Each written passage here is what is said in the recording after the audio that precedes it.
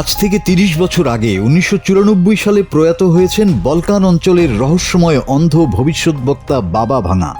বিভিন্ন আন্তর্জাতিক গণমাধ্যমে প্রকাশিত প্রতিবেদনে বলা হয়েছে, বলকানের নস্ত্রাদামুস নামে পরিচিত এই রহস্যময় নারী বহু বছর আগেই ২০২৬ সালের জন্য একটি ভয়াবহ ঘটনার পূর্বাভাস দিয়েছিলেন, যার কয়েকটি চলমান বিশ্ব বাস্তবতার সঙ্গে মিলে যায়।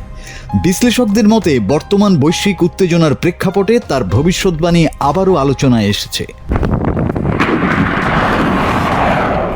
প্রতিবেদনগুলোতে বলা হয়, বাবা ভাঙা নাকি ২০২৬ সালে একটি বড় আন্তর্জাতিক সংঘাতের সূচনার কথা বলেছিলেন, যেখানে বিশ্বের প্রধান শক্তিগুলো জড়িয়ে পড়তে পারে। এই সংঘাত বিভিন্ন মহাদেশে ছড়িয়ে পড়বে এবং বিশ্ব রাজনীতিতে অস্থিরতা বাড়াবে। এছাড়া তার ভবিষ্যৎবাণী অনুযায়ী এই সময় চীন তাইওয়ানের উপর নিয়ন্ত্রণ প্রতিষ্ঠার চেষ্টা করতে পারে, যা নিয়ে উত্তেজনা আরও বাড়তে পারে। একই সঙ্গে রাশিয়া ও যুক্তরাষ্ট্রের মধ্যে সরাসরি সংঘাতের আশঙ্কার কথাও বলা হয়েছে।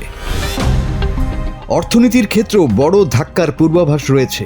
তিনি নাকি তৃতীয় একটি বৈশ্বিক আর্থিক ধস বা গুরুতর অর্থনৈতিক মন্দার কথা বলেছিলেন, যার ফলে শেয়ার বাজার ধস, মূল্যস্ফীতি বৃদ্ধি এবং বিভিন্ন দেশের মুদ্রার অবমূল্যায়ন ঘটতে পারে। এই অস্থিরতার মধ্যেই রাশিয়ার রাজনৈতিক পরিবর্তনের সম্ভাবনার কথাও উল্লেখ রয়েছে।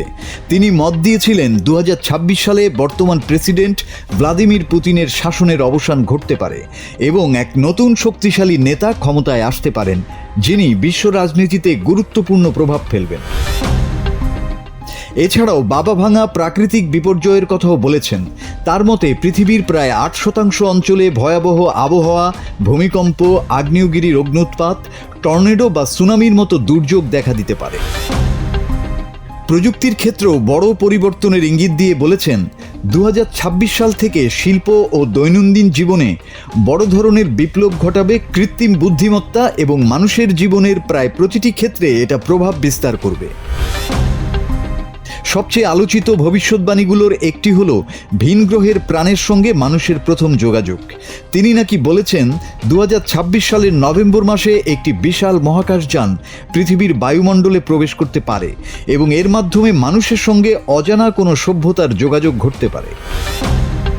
তবে এসব ভবিষ্যৎবাণীর সত্যতা নিয়ে সন্দেহ রয়েছে।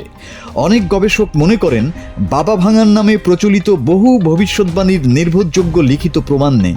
তবু রহস্যময় এই ভবিষ্যৎবক্তার ভবিষ্যৎবাণী ঘিরে বিশ্বজুড়ে মানুষের আগ্রহ কমেনি। মাসুদ হাসান, বাংলা টিভি।